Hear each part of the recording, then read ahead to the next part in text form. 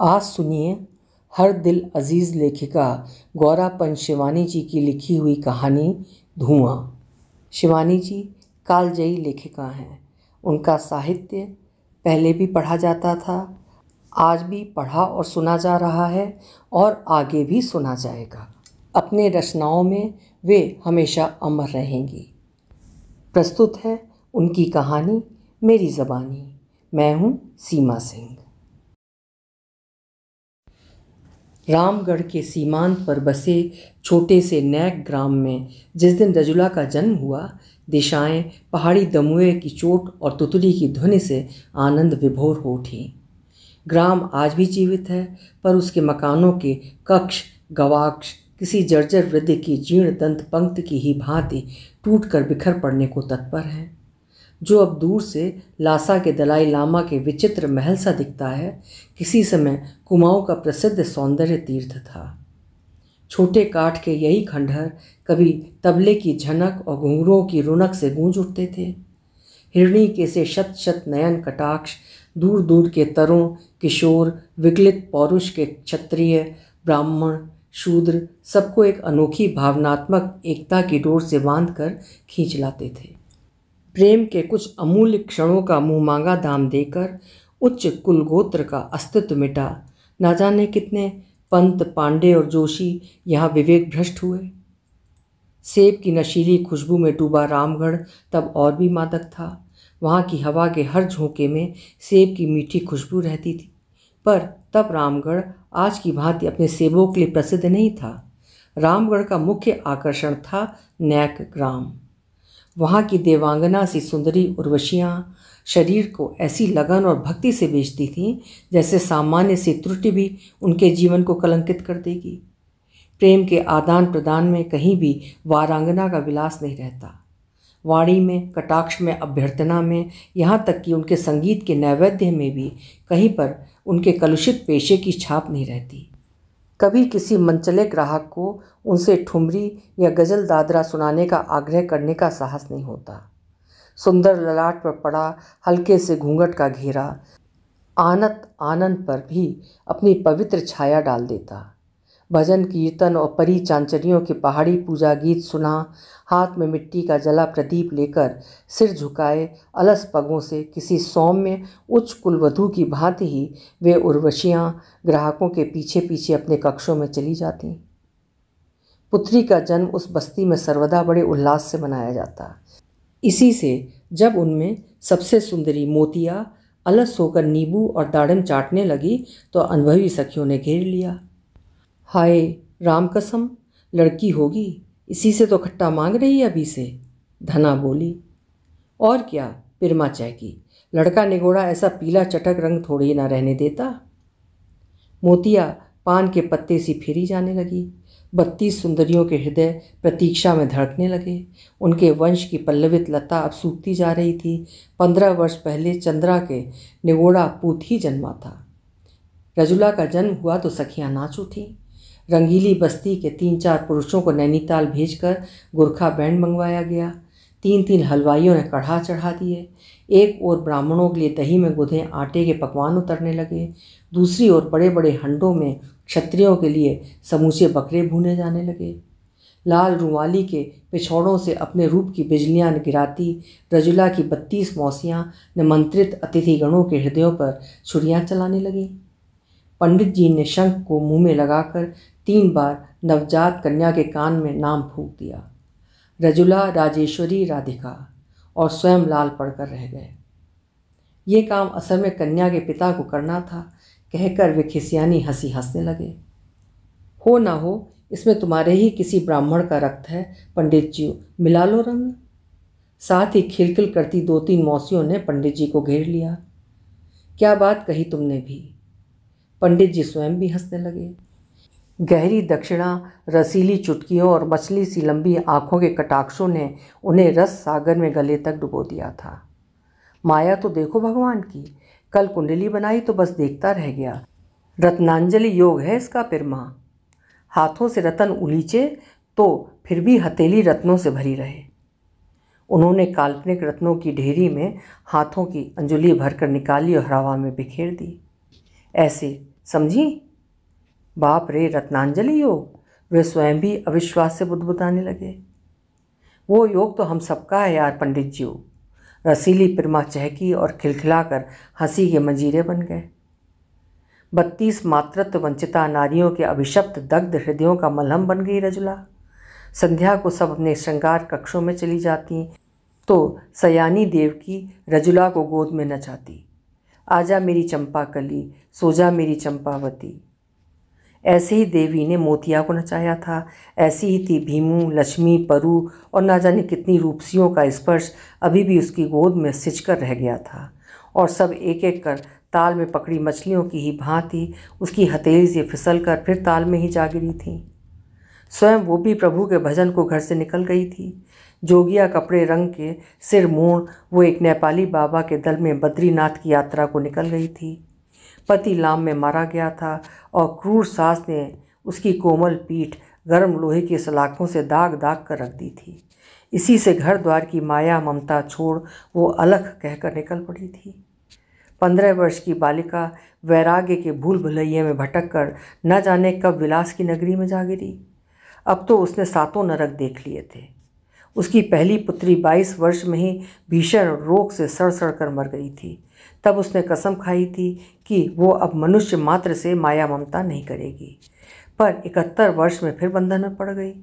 मोतिया भी उसी की पुत्री थी। मोतिया जैसे जैसे गत यौवना होती जा रही थी वैसे ही उसका भाव भी चढ़ता ही जा रहा था। शहद जितना पुराना हो उतना ही मीठा भी होता है मोतुली। तू हमारे कुल का खरा शहद है। देवकी ममत्व से उसे निहार कर कहती। नंदा देवी का डोला उठता तो मोतिया की ही पुकार होती।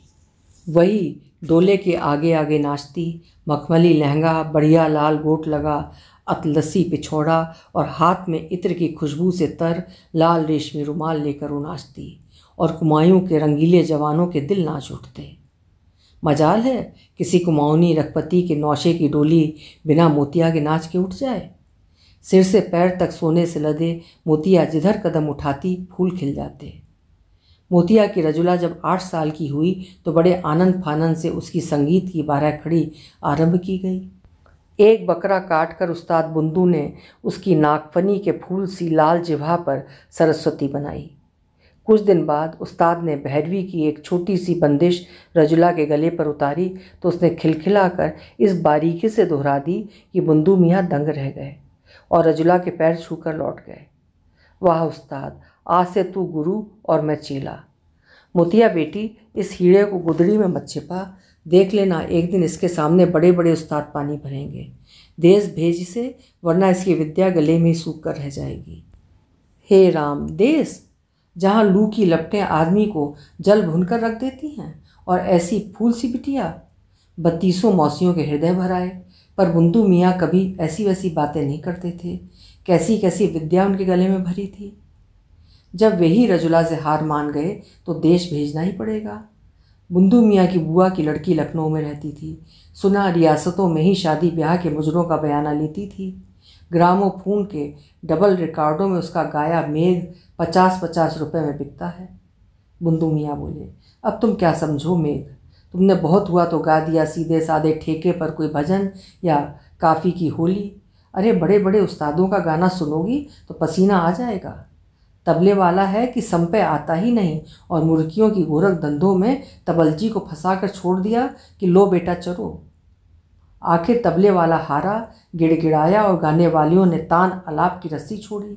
संपे आई और तबले वाले की जान बची। समझी, ये है गायकी। बुंदू संगीत का ऐसा विकट चित्र खींच देते कि 32 जोड़ी सरल पहाड़ी आंखें फटी की फटी रह जाती। तब तो मैं ज़रूर रजुला को देश भेजूंगी। मोतिया ने दिल पक्का कर लिया। उस्ताद जी, जैसे भी हो तुम इसे लखनऊ पहुंचाओ, छोकरी नाम तो कमाएगी। उसने बुंदू मियाँ के पैर पकड़ लिए। बुंदू मियाँ रजुला को लखनऊ पहुंचा आए। बुंदू मियाँ की बहन बेनज़ीर ने रजुला को पहले ही दिन से शासन की जंजीरों में जकड़ कर रख दिया। जंगली बुलबुल को सोने के पिंजरे में चैन कहाँ पहाड़ी आलू बुखारे, आड़ू और सेब के पेड़ों पर अटखेलियाँ और कहाँ तीव्र और कोमल सुरों की उलझन और रियाज। 32 मौसियों के लाड़ और देवकी के दुलार के लिए बेचारी तरस तरस कर रह गई। कठोर साम्राज्ञी सी बेनज़ीर की एक भ्रुकुटी उठती और वो नन्हा सा सिर झुका लेती। मुझे मेरी माँ के पास क्या कभी नहीं जाने दोगी? एक दिन बड़े साहस से नन्ही रजुला ने पूछ ही लिया। प्रश्न के साथ साथ उसकी कटोरी सी आंखें छलक आईं। पगली लड़की, हमारे माँ बाप कोई नहीं होते समझी। तेरा पेशा तेरी माँ और तेरा हुनर तेरा बाप है। खबरदार जो आज से मैंने तेरी आंखों में आंसू देखे। रजुला ने सहम कर आंखें पोंछ लीं। चंदन का उबटन लगाकर 3-3 नौकरानियाँ उसे नहलाती, बादाम पीसकर गाय के घी से तरबतर हलवा बनाकर उसे खिलाया जाता और वो रियाज करने बैठती।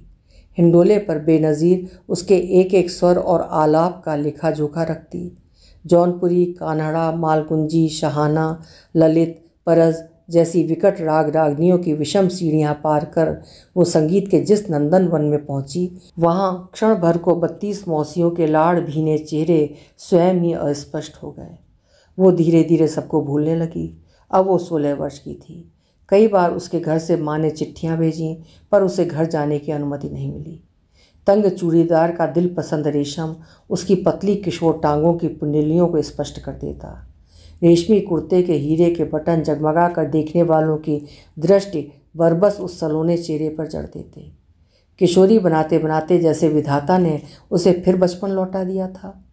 छरहरे शरीर पर उभार और गोलाई नाम मात्र को थी, जैसे नव तारुण्य स्पर्श मात्र कर लौट गया हो।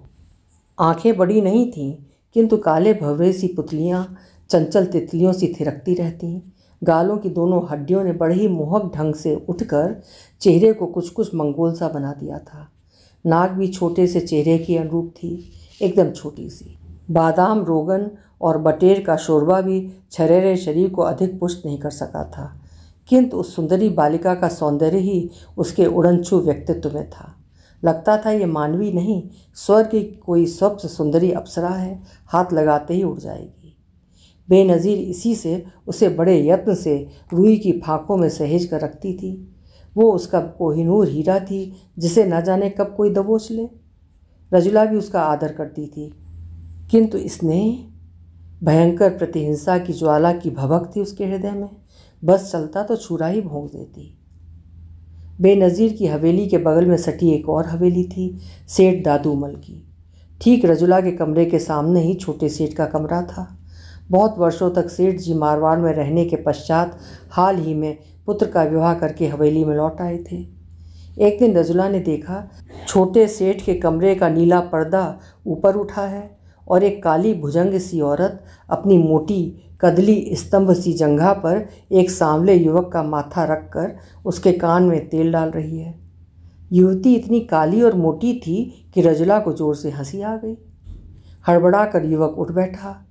हंसी का अशिष्ट स्वर आवश्यकता से कुछ अधिक ही स्पष्ट हो गया होगा, इसी से उसने लपक कर खिड़की जोर से बंद कर दी। सेठ दादूमल का बेटा है ये, रजुला सोचने लगी। सेठ जी बेनज़ीर के खास मिलने वालों में थे। कोई कहता था कि हवेली भी उन्होंने बेनज़ीर को भेंट दी थी। उनका पुत्र माँ की मृत्यु हो जाने से ननिहाल ही में पलकर बड़ा हुआ था। इसी से पहले कभी उसे देखा हो ऐसी याद रजुला को नहीं थी। हाय हाय, यही थी सेठ कक्का की बहू, वो सोचने लगी और बेचारे छोटे सेठ पर उसे तरस आ गया। सुना वो किसी बहुत बड़े व्यवसायी की इकलौती पुत्री थी और उन्होंने 1 करोड़ रुपए का मुलम्मा चढ़ाकर ये अनुपम रत्न छोटे सेठ को गर्भगृह के रूप में दान किया था। रजुला को उस दिन सपने में भी छोटा सेठ ही दिखता रहा। कैसा सजीला जवान था। फिनले की मिही धोती ही बांधे था, ऊपर का गठीला बदन नंगा था और गले में थी एक सोने की चेन। और कोई ऐसे सोने का लॉकेट पहन लेता तो जनखा लगता, पर कैसा फब रहा था। 16 वर्ष में पहली बार पुरुष के रहस्यमय शरीर की इस अपूर्व गठन ने रजुला को स्तब्ध कर दिया। हाय हाय, छाती पर कैसे भालू से बाल थे। जी में आ रहा था वो अपनी चिकनी हथेली सी एक बार उस पुष्ट वक्ष स्थल को सहला ले। कलाई कैसी चौड़ी थी, जैसे शेर का पंजा हो। फिर तो रोज ही छोटा सेठ उसे दिखने लगा। जानबूझकर ही वो खिड़की के पास खड़ी होकर चोटी गूंथती। कभी संतरे की रसीली फाँक को चूस चूस कर अपने रसीले अधरों की लुनाई को और स्पष्ट कर देती। पुरुष को तड़पा तड़पा कर अपनी ओर खींचने की ही तो उसे शिक्षा दी गई थी। जैसे काली कसौटी पर सोने की लीक और भी अधिक स्पष्ट होकर दमक उठती है, बदसूरत नई सेठानी को नित्य देखती छोटे सेठ की तरुण कलापारखी आंखों की कसौटी में रजुला सोने की लीक सी ही दमक उठी। वो संतरा चूस चूस कर नन्हे से होंठ फुला फुलाकर एक फांक छोटे सेठ की ओर बढ़ाकर दुष्टता से आंखों ही आंखों में पूछती, खाओगे? वो दीन याचक सा दोनों हाथ साध कर फांक पकड़ने खड़ा हो जाता तो वो चट से फांक अपने मुंह में डाल उसे ठेंगा दिखाकर खिड़की बंद कर लेती। छोटा सेठ खखाड़ता, खांसता, गुनगुनाता और उसकी हर खकार, खांसी और गुनगुनाहट में उसके प्रणयी चित्त की व्याकुलता स्पष्ट होती, जैसे कह रही हो, खिड़की खोलो वरना मैं मर जाऊंगा। आईने में अपने हर नए नक्श को संवार कर धीरे धीरे खिड़की का मुदा पट खोलकर रजुला मुस्कुराती और बादलों में छिपी स्वयं चंद्रिका से ही मुस्कुरा उठती। प्रणय का यह निर्दोष आदान प्रदान छोटी सेठानी और बेनज़ीर की जासूसी दृष्टियों से बचकर ही चलता। जिस किशोरी के लावण्य को बेनज़ीर की यूनानी नुस्खे भी पुष्ट नहीं बना सके थे, उसे छोटे सेठ की मुग्ध दृष्टि ने ही जादू की छड़ी सी फेर का अनुपम बना दिया। गालों पर और ललाई आ गई, आंखों में रस का सागर हिलोरे लेने लगा, जाने अनजाने कटाक्ष चलने लगे और रसीले अधर किसी के निर्मम स्पर्श तले कुचल कर अपना अस्तित्व खो बैठने को व्याकुल हो उठे। एक बार शहर में बहुत बड़ी सर्कस कंपनी आई थी। बेनज़ीर ने अपने दल के लिए भी टिकट खरीदे, पर्दे तान कर फिटन जोत दी गई। बिना पर्दे के बेनज़ीर की हवेली का परिंदा भी हवा में नहीं चहक सकता। तब चौक की कोठे वालियों की आंखों में भी ऐसी सौम्यता थी जो अब दुर्भाग्य से उच्च कुल की वनिताओं की दृष्टि में भी नहीं रही है।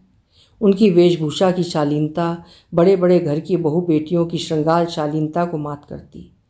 मजाल है कि कुर्ते का गला जरा सा भी नियत सीमा को लांघ जाए, गर्दन की हड्डियां तक पर्दे में दुबकी रहती।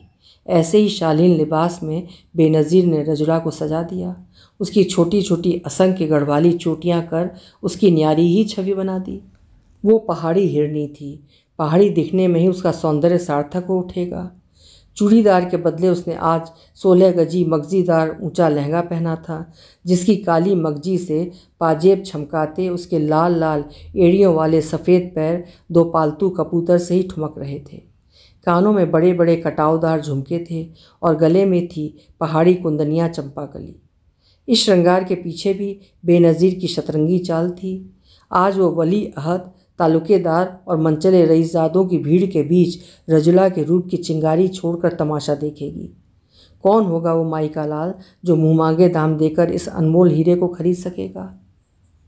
वो रजुला को लेकर सर्कस के तंबू में पहुंची कि साइकिल चलाता भालू, चरखा चलाता शेर और नंगी जांघों के दर्पण चमकाती सर्कस सुंदरियां फीकी पड़ गईं। सबकी आंखें रजुला पर गड़ गईं। रजुला ने पहले कभी सर्कस का खेल नहीं देखा था। इसी से खेल शुरू हुआ तो वो जोकर के सस्ते मजाक देखकर पेट पकड़कर हंसती हंसती दोहरी हो गई। कभी शेर की दहाड़ सुनकर भय से कांपती बेनज़ीर की गद्दीदार ऊंची छाती पर जा गिरती और शेर को मार गिराने को कितने तरुण कुंवरों की भुजाएं फड़कने लगती। सेठ दादूमल का बेटा भी अपनी भोंडी भुजंगनी को लेकर तमाशा देखने आया था, पर उसकी दृष्टि सर्कस के शेर भालुओं पर नहीं थी। वो तो रजुला को ही मुग्ध होकर देख रहा था। रजुला ने भी देखा और मुस्कुरा कर गर्दन फेर ली। छोटा सेठ तड़प गया। कहाँ लाल बही खातों के बीच उसका शुष्क जीवन और कहाँ ये सौंदर्य की रसवंती धारा। वो घर लौटा तो रजुला की खिड़की बंद थी। मन मार कर लौट गया और जब उसकी सेठानी अपनी प्रफुल्ल तोंद हिलाती खर्राटे भरने लगी तो वो फिर ऊपर चला आया। रजुला के कमरे में नीली बत्ती जल रही थी, खिड़की खुली थी। एक एक कर अपने पटांबर उतारती वो गुनगुना रही थी। छोटे सेठ का दिल धौंकनी सा चलने लगा। कैसी गोल गोल बाहें थीं। शंख सी ग्रीवा पर बड़ी लाल लाल मूंगे की माला किस माँ के अंदाज से उठ उठ गिर रही थी। उसने ओढ़नी भी उतार दी। छोटा सेठ सौंदर्य सुषमा की इस अनोखी पिटारी को आंखों ही आंखों में पी रहा था। वो थोड़ा और बढ़ा और पर्दा हटाकर निर्लज्ज प्रणय विभोर याचक की दीनता से खड़ा हो गया। रजुला भी पलटी। उसका चेहरा कानों तक लाल पड़ गया। ऐसी मुग्ध दृष्टि से उसका ये पहला परिचय था। आज ठेंगा दिखाकर वो खिड़की बंद नहीं कर सकी। बड़े बदतमीज़ हैं जी आप। कृत्रिम क्रोध से गर्दन टेढ़ी कर उसने कहा, क्या नाम है आपका? क्यों, क्या थाने में रपट लिखवानी है? तो ये भी लिखवा देना कि इसे फांसी के तख्ते पर झूलना भी मंजूर है, पर यह इस खिड़की को नहीं छोड़ सकता। आधा धड़ ही उसने खिड़की से इस तरह लापरवाही से नीचे को लटका दिया कि रजुला अपनी हथेली को होठों पर लगाकर हल्के स्वर में चीख उठी, हाय हाय, क्या करते हैं, गिर जाइएगा तो। आपकी बला से यहाँ सारी सारी रात खिड़की से लटक लटक कर काट दी है। सचमुच ही उसने दुर्दमनीय साहस से उछक कर खिड़की की मुंडेर पर आसन जमा लिया और दोनों लंबी लंबी टांगें बाहर को झुला दी। रजुला की खिड़की और उसकी खिड़की के बीच कोई 2-1 गज का फासला था, किंतु बीच में ही थी भयानक खाई, कोई गिरे तो चुनकर भी हड्डियां न मिले। रजुला की खिड़की पर बाहर को निकली एक चौड़ी सी सीमेंट की पाटी सी बनी थी। उसने बड़े शौक से उसे अपने पालतू कबूतरों के लिए बनवाया था। वो उसी पर झुक गई। क्या नाम है जी आपका छोटे सेठ? हंसकर रजुला ने अपने पेशे का प्रथम कटाक्ष फेंका। लालचंद। और तुम्हारा? हाय हाय, जैसे जानते ही नहीं। मैं तुम्हारा एक ही नाम जानता हूँ और वो है रज्जी। तुम्हारी अम्मी तुम्हें पुकारती जो रहती हैं। कभी आओ ना हमारे यहाँ। आपके यहाँ? रजुला जोर से हंसी। सेठानी मुझे झाड़ू मार कर भगा देगी, आप ही आइए ना।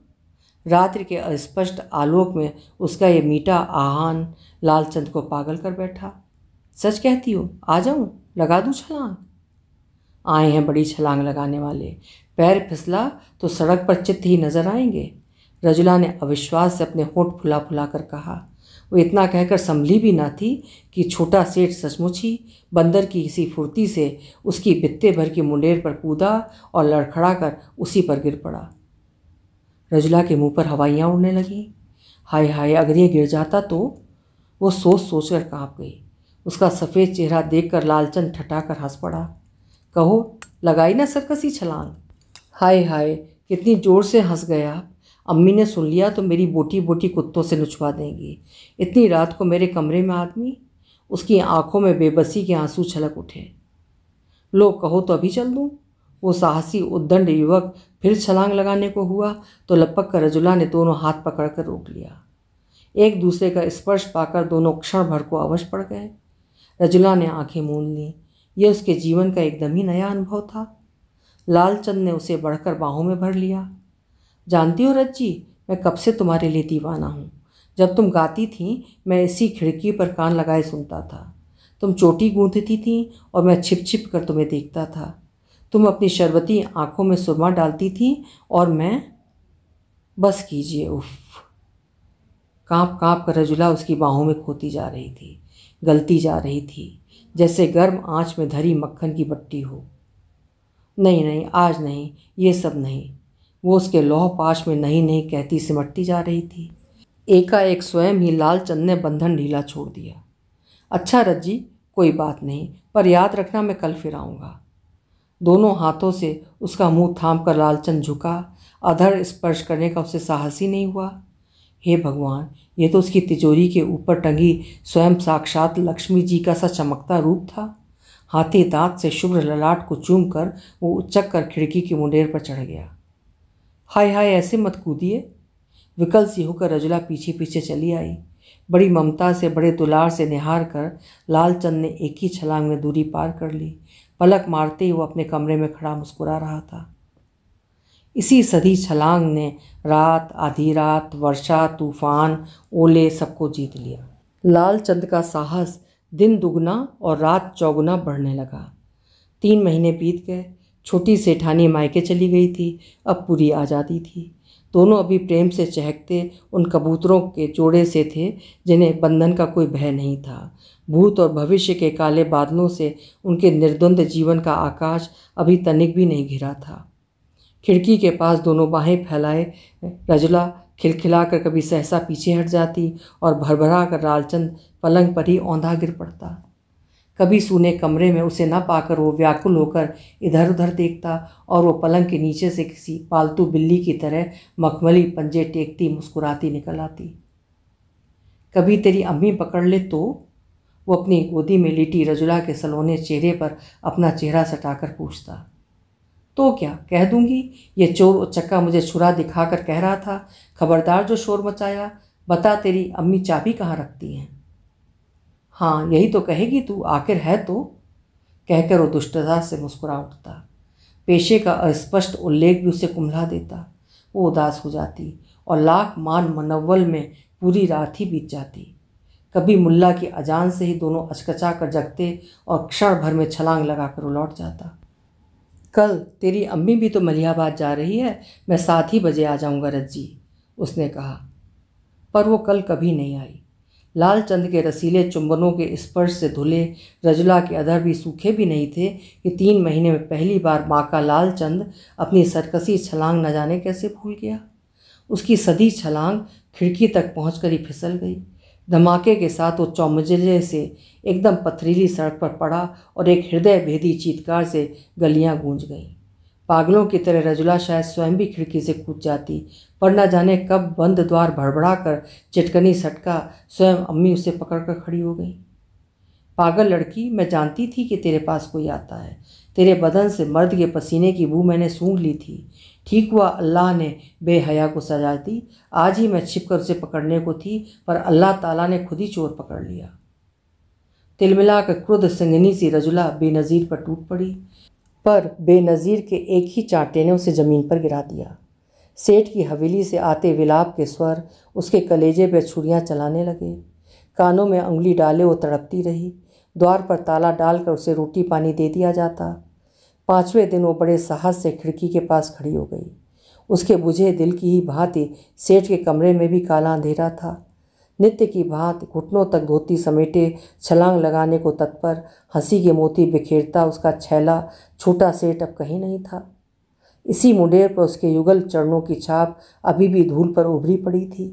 आंसुओं से अंधी आंखों ने उसी अस्पष्ट छाप को ढूंढ निकाला और वो उसे चूम चूम कर पागल हो गई। छोटे सेठ, वो पागलों की भांति बड़बड़ाती चक्कर काटती द्वार पर पहुंची। रोटी रखकर पठान दरबान शायद अफीम की पिनक में ताला साकल भूल गया था। रजुला ने द्वार खोला और दबे पैर सीढ़ियां लांघकर बदहवास भागने लगी। सुबह बेनज़ीर ने खुला द्वार देखा तो धक रह गई। रजुला भाग गई थी। बाल नोचती बौखलाती बेनज़ीर अपनी नगाड़े सी छातियों पर दुहत्तर चलाती चीख चीख कर रोती रही, पर रजुला नहीं लौटी। बेनज़ीर का कोहनूर हीरा खो गया। जिस कुमाऊं की वनस्थली ने उसे एक दिन नियति के आदेश से दूर पटक दिया था, वही उसे बड़ी ममता से फिर पुकार उठी। रजुला ने वही पुकार सुन ली थी। होठों पर पपोटे जम गए थे, एड़ियाँ छिल गई थीं, बालों में धूल की तहें जम जम कर जटाओं सी लगने लगी थीं। 32 मौसियों का प्रासाद एकदम ही उजड़ गया था। बाहर एक बूढ़ा सा चौकीदार ऊँघ रहा था। सुनो जी, वहाँ जो नैक्याणियाँ रहती थीं वो क्या कहीं चली गईं? डर डर कर उसने पूछा। चौंक कर बूढ़ा नींद से जग गया। ना जाने कहाँ से आती हैं सालियाँ। एकादशी की सुबह सुबह उन्हीं हरामजादियों का पता पूछना था। सती सीता लक्ष्मी पार्वती थीं बड़ी, मर गई सब, और पूछना है कुछ? सहम कर रजुला पीछे हट गई। बूढ़े के ललाट पर बने वैष्णवी त्रिपुंड को देखकर उसे अपनी अपवित्रता और अल्पज्ञता का भास हुआ। माफ़ करना महाराज, मुझे बस यही पूछना था। जब मर ही गई तो और क्या पूछूं? वो मुड़ गई। देख छोकरी, सुबह सुबह झूठ नहीं बोलूँगा। सब तो नहीं मरी, 3 बज गई थीं। एक तो देबुली, पिरमा और धनिया, तीनों गागर में नेपाली बाबा के आश्रम में हैं। बड़ा बाबा बनता है साला। जन्म पात्रों की सोबत में गुजारी, बुढ़ापे में फिर हरामियों को बटोर लिया। 3 तो थीं, चौथी आज पहुंच जाएगी। घृणा से उसकी ओर थूक कर बूढ़ा पीठ फेर कर माला जपने लगा। कटीली पगडंडियाँ पार कर वो पहुँची गई। वो जानती थी नेपाली बाबा ही उसके नाना हैं, क्या इसे स्वीकार नहीं करेंगे? उनके चरणों में पड़ी ईश्वर भजन में ही वो भी जीवन काट लेगी। धुनी के धुएं को चीर कर वो गुफा में जा पहुंची। उसके चेहरे को देख कर ही उसे सबने पहचान लिया। मोतिया का ठप्पा ही तो था उसके चेहरे पर। बूढ़ी देवा ने उसे टटोल टटोल कर ही देखा। उसकी आंखें जाती रही थीं। प्रेमा के सौंदर्य को समय भी नहीं छीन सका था, और धना मौसी को अभी भी रजुला के बचपन की एक एक घटना याद थी। बाबा गोरखपंथी थे, इसी से सबको कनफड़ा बालियाँ पहनाकर दीक्षा दे दी थी। जिन कानों में बेनज़ीर के पन्ना, पुखराज और नीलम झूलते थे, उन्हीं में सींग के बड़े बड़े कनफड़ा बाले लटका कर रजुला ने भी एक दिन जिद करके दीक्षा ले ली। कभी वो धूनी रमाती, कभी प्रसादी बनाती और कभी देवा आमा की बातों से लुंज पुंज देह पर डोलू की जड़ी गर्म करके सेक करती।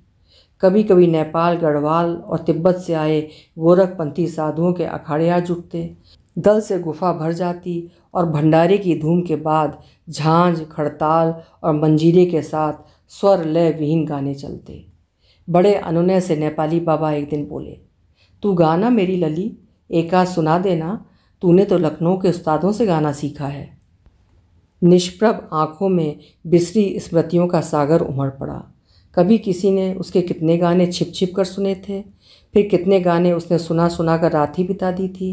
पर उस मनहूस रात को जब उसने चले जाइयो बेपर्दा मैं रोए मरी जाऊं सुनने की फरमाइश की थी, तो उस करमजली ने कहा था, आज नहीं कल सुनिएगा, मैं कहीं भागी थोड़े ही जा रही हूँ। भाग तो वे ही गए थे, अब वो किसके लिए गाएगी? क्यों बेटी नहीं सुनाएगी? नेपाली बाबा का आग्रह कंठ में छलक उठा। पर स्वर लय नटनी तो वहाँ होकर भी नहीं थी। वो तो धुनी को एकटक देखती, ना जाने किस अतीत के चिंतन में डूबी थी। बाबा का आदेश सुनकर चौंकी।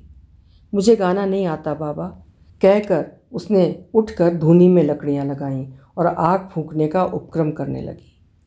अरे राम राम, बड़ा धुआं है, बड़ी ममता से बाबा ने कहा। तेरी आंखों से तो पानी बहने लगा। अरे पिरमा, तू मार दे तो फूंक, इस बेचारी की तो आंखें ही लाल हो गईं। उदास हंसी हंसकर पिरमा उठी और आग फूंकने आई। पर वो तो रजुला की आंखों के पानी का इतिहास जानती थी। वो क्या लकड़ी के धुएं का पानी था? बोले बाबा से वो कैसे कहे कि इस धुनी को फूंक फांक कर तो वो धुआं मिटा देगी, पर जो उस छोकरी के हृदय में निरंतर एक धुनी धधक रही है, उसका धुआं भी क्या वो फूंक मार कर हटा सकेगी? अभी आप सुन रहे थे शिवानी जी की लिखी हुई कहानी धुआं। उम्मीद है कहानी आपको पसंद आई होगी। कल फिर मिलेंगे। हिंदी की श्रेष्ठ कहानियाँ सुनने के लिए कृपया मेरे चैनल्स को सब्सक्राइब ज़रूर करिए, लाइक करिए और शेयर भी करिए। बहुत बहुत धन्यवाद।